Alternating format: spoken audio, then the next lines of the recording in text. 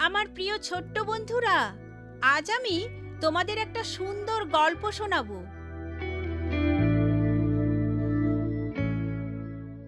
এমির প্রার্থনার জবাব মিলল।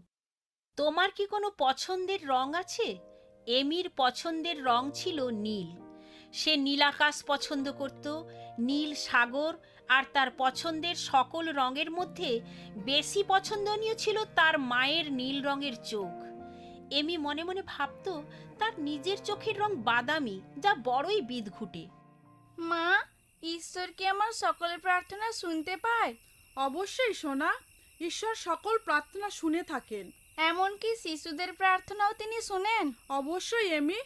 এখন কিন্তু ঘুমাবার সময়। শুভরাত্রি। শুভরাত্রি মা। আলো নিভানোর পরে এমি নিজের বিছানায় বসে প্রার্থনা করল। প্রাণপ্রিয় ঈশ্বর, তুমি সব কিছুই করতে পারো। আমার ধূসর বর্ণের চোখ নীল বর্ণের করে দাও। আমেন। ঈশ্বর এমির প্রার্থনা শ্রবণ করলেন। সে এ ব্যাপারে ছিল সুনিশ্চিত। তারপর সে ঘুমোতে গেল।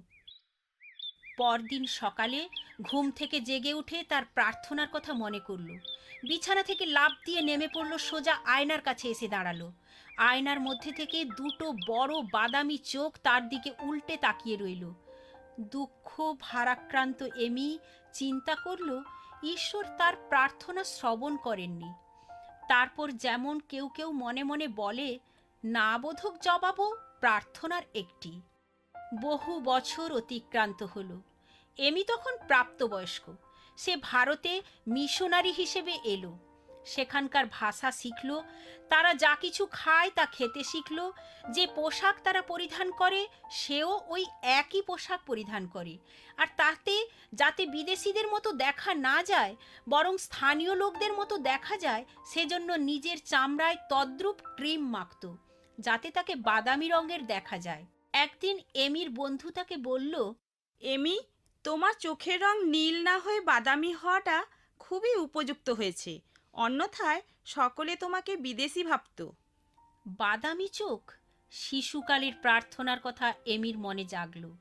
না বোধক জবাবও একটা জবাব, ঈশ্বরের থেকে একটি উপযুক্ত উত্তর। আমরা চাই কখনো কখনো ঈশ্বর প্রার্থনার জবাব অতি দ্রুত দিয়ে দেন। কখনো তিনি আমাদের অপেক্ষা করতে বলেন, কখনো বা নেতিবাচক জবাবও দিয়ে থাকেন। তার তরফ থেকে উত্তর যাই হোক না কেন, ইতিবাচক বা নেতিবাচক অথবা অপেক্ষা করতে বলা, তিনি আমাদের প্রতি তার প্রেমের প্রকাশ করে থাকেন। তার পক্ষ থেকে জবাব সবসময় আমাদের জন্য কল্যাণকর। যা কিছু অত্যাবশ্যক তিনি তাই করে থাকেন। তোমাদের জন্য একই কাজ তিনি করেন। বাই বাই ছোট্ট বন্ধুরা, আমি অতসী। তোমাদের প্রশ্নের উত্তর পেতে চিঠি লেখো। অল ইন্ডিয়া মসি Jamaat, post box number 6079, west Patel Nagar, new Delhi 110008, India.